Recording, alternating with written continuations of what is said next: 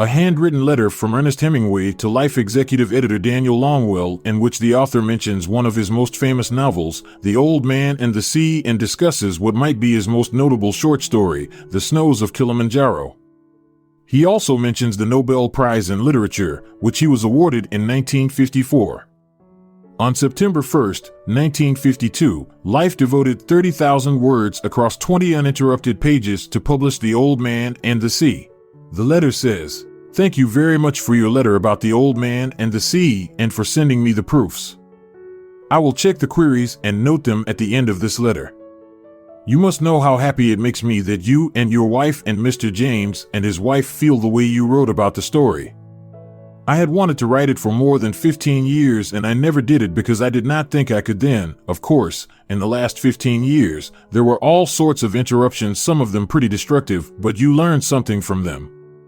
Whatever I learned is in the story, but I hope it read simply and straight, and all the things that are in it do not show, but are only with you after you have read it. Now I have to write something better that is sort of rough. But I had good luck with this all the way, and maybe I will have, again. Don't you think it is a strange damn story that it should affect all of us, me especially, the way it does? I have had to read it now over 200 times, and every time it does something to me.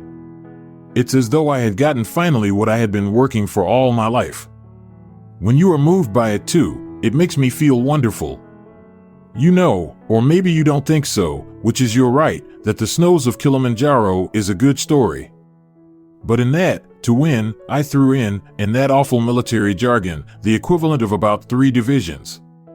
The damn magic happened. But if you ever happen to read it, look what was thrown in to win. As a story, it was the most costly, although successful, frontal attack I ever made. If this seems balls, just skip it down here. There is nobody but Mary to talk about writing. Since it is my trade, I try not to bore her with it. She reads what I write every day, but we do not talk about it so as not to louse it up. If it has moved her, she shows me where it makes goose pimples on her arms. She cannot simulate goose pimples, and if it gives them to her, I know I am going all right. She is very patient with me, and it is so awful working when she is away, as she is now, looking after her mother and father who are ill. You have a loneliness when you finish work which does not compare to any other. Please chalk this stupid letter against loneliness. I'm very excited about the book and that it is coming out in Life so that many people will read it who could not afford to buy it. That makes me much happier than to have a Nobel Prize in literature. To have you guys being so careful and good about it and so thoughtful is better than any kind of prize. Thank you again for the letter and the proofs. I understand you will check them against Scribner's final page proofs. Is there any chance I could have an advance copy of the magazine to show to no one, but just to get the waiting over?